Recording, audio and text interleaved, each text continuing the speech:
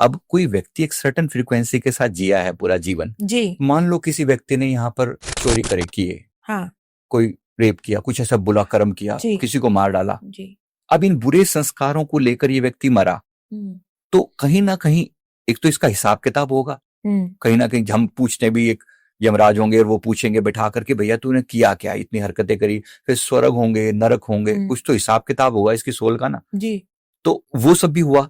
उसके बाद फिर इस आत्मा को कहा कि चलो अब धरती पर जाकर तुम्हें दोबारा से कुछ गलतियों को सुधारने के लिए दोबारा धरती पर जाना है। जाहिर सी बात है कि अगर तुमने कुछ गलत किया था, तुम्हें सजा दे दी गई, उसके बाद फिर तुम्हें संसार में भेजा गया, तुमने वहां पर कान पकड़े, माफिया मांगी कि मैं जब अब करूंगा अच्छा करूंगा।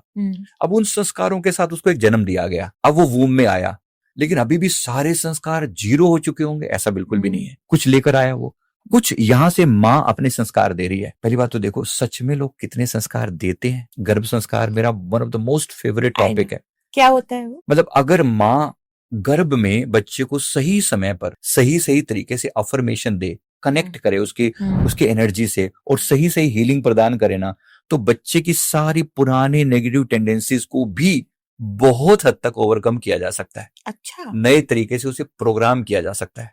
राइट, तो ये इसको हम गर्भ संस्कार बोलते हैं। गर्भ में रहते हुए जैसे हम बाहर से बच्चे को समझा रहे हैं कि ये ठीक ये गलत, कहीं ना कहीं ये सारी बातें उस सबकॉन्शियस लेवल पर उस समय भी समझाए जा सकते हैं जब वो बच्चा सिर्फ एक कॉन्शियसनेस की स्टेज में है। बट यंगस्टर्स तो अवेयर नहीं होते हैं, इवन यंगस्टर्स की मदर्स भी अवेयर नहीं होती, तो क्या पहले बोलते थे गीता पढ़ो जब आप, यही तो बात है, ये होता है। काश ये करते, काश हमने इन संस्कारों को भुला दिया है। मैंने पूरी बुक इसी टॉपिक पे लिखी है। अच्छा, पीछे 2-3 लोग यूरोप से आए थे हमारे इसी चीज को रिसर्च करने के लिए, उन्होंने बहुत लंबे समय तक हमारे बीच में रह के उन्होंने खूब रिसर्च करी इस टॉपिक को, पेरिस यूनिवर्सिटी आई थी।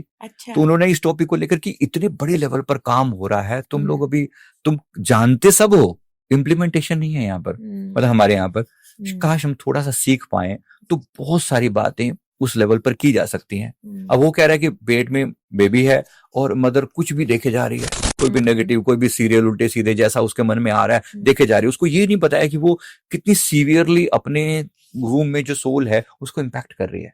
अगर वो थोड़ा सा सही डायरेक्शन दे दे तो उसकी पूरी, जैसे आपने कहा कि कौन जाने सोल कैसी नेगेटिव टेंडेंसीज के साथ आई हो, है ना, अगर इसको थोड़े से संस्कार सही दिए जा सकें तो हिरण्यकश्यप के घर में प्रहलाद जैसे लोग भी पैदा हो सकते हैं। बात थोड़ा सोचने की है। एक राक्षस के घर में एक ऐसी दिव्य आत्मा का आना कोई मजाक नहीं है, क्योंकि माँ उनकी जो कयाधु उनकी माँ थी, प्रहलाद की जो माँ, शुरू से आके देवऋषि नारद ने जो उन्हें संस्कार दिए, ऐसा ज्ञान, ओम नमो भगवते वासुदेवाय, बच्चा गर्भ में ही बोल रहा है, तो संस्कार दिए जा सकते हैं, बड़ी बात है।